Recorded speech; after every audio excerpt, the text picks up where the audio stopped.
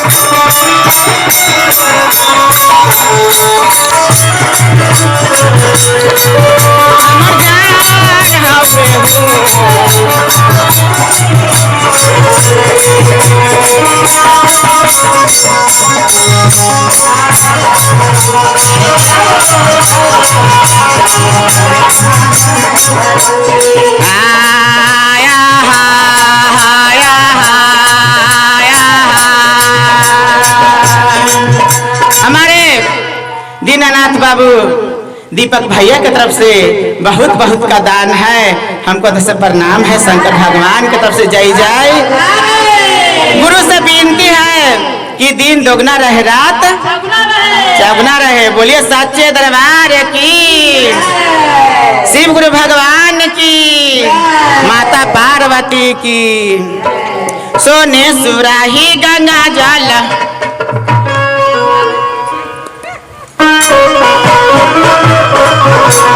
सोने सुराही गंगा जल पानी।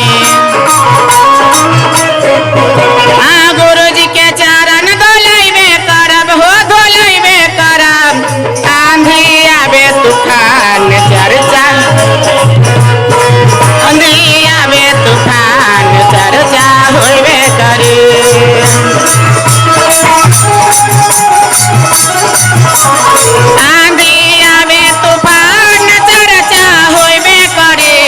शिवा गुरु हमारे दया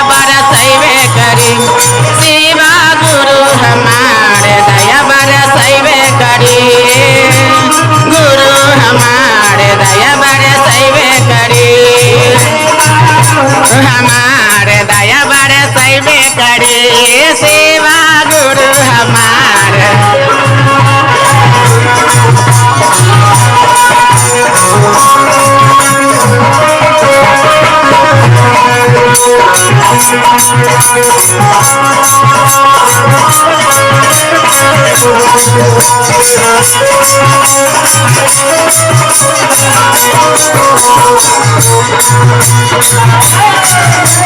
जादूगर अब मैंने तुझे पहचान लिया।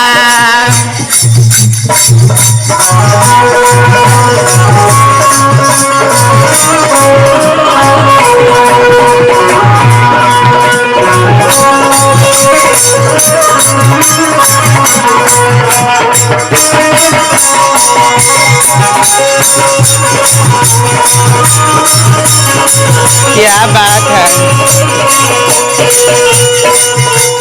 कंचन थाली कपूरों के बाती,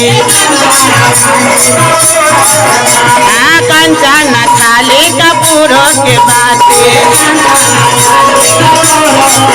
अब गुरु जी के आरती उतरबे करब हो, उतरबे करब। आंधी आवे तूफान चर्चा, आंधी आवे तूफान चर्चा होबे करे।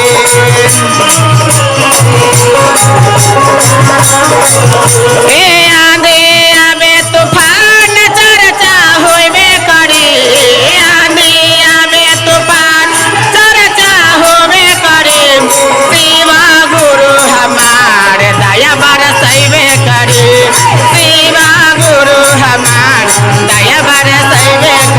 भोला बाबा दया बरसैबे करे सेवा गुरु हमार दया बरसैबे करे सेवा गुरु हमार दया